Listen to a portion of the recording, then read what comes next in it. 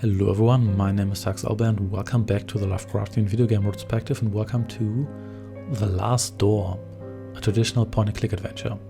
In The Last Door you take the role of a man named David and you investigate the suicide of one of your old childhood friends. Needless to say, there's a dark secret behind your friend's suicide, and you not only have to uncover why he did commit suicide, but also uncover some secrets from your own past. The game, as said before, is a classic point-and-click adventure. It's based on 90s point-and-click adventures, but it is slightly modernized. There's not various commands, instead you just have one use command, which does everything. Examine items, move your main character on the screen, take items, use various items and combine them with one another, or use them with the environment, talk to people. Essentially everything you expect from a point-and-click adventure. The game is not too difficult. It consists of environmental puzzles. Occasionally you have to talk to a couple of people, and occasionally you have to combine your items, but there's only a limited number of items you can have at any given point, and usually you're confined to one location.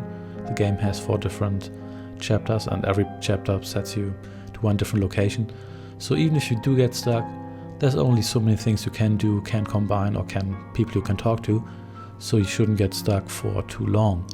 With regard to graphics, the game is using a pixelated art style. It doesn't quite look like an actual game from the 90s. Instead it has this modern pixelated art style, which nevertheless does actually look quite nice. And the creators did use quite a number of colors, and they did use some non-pixelated lighting or fog effects to make the game look more atmospheric. The only complaint I have with that is that on a larger display the game looks a little bit too blown up and pixelated, so I do recommend to play it on a smaller screen, or possibly play it in window mode, or simply on a lower resolution.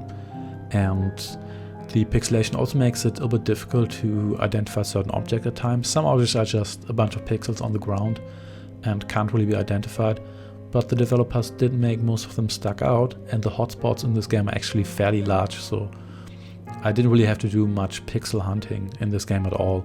And most of the time it's pretty clear what you can and can't interact with. With regard to music and sound, the game does have its own soundtrack and uses a different soundtrack for each location. They're quite fitting, they're quite atmospheric, and there's also a couple of sounds used for special events. Overall it's very solid. It does underline the game's great atmosphere, and the soundtrack is even nice to listen to if you're not playing the game at all.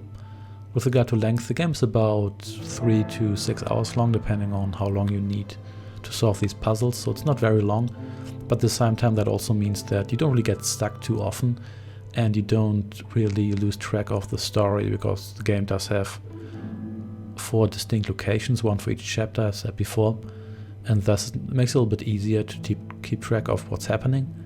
And it also has a summary of the events between each chapter, because the game was originally released in an episodic format.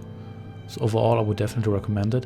With regard to Lovecraftian elements, the game does feel like a Lovecraftian story. It does in fact take some elements from Lovecraftian stories, even though it's not a direct adaptation of any Lovecraftian story directly, and at times it feels a tad formulaic, but that might just be a result of me just having played too many of these games. And despite that, I would nevertheless recommend it. Even if you don't like point-and-click adventures too much, it's still worth playing it for the story and the atmosphere, because the game is not that difficult, so you're probably not going to get stuck too much, even if you aren't too adventure puzzle savvy. One last thing that I want to point out is that the game does have 2 seasons, so to get the full experience you also have to play The Last Door, the 2nd season. So if you just play this game, you're not going to get the entire story. So thanks for watching, and I shall see you next time. Take care and goodbye.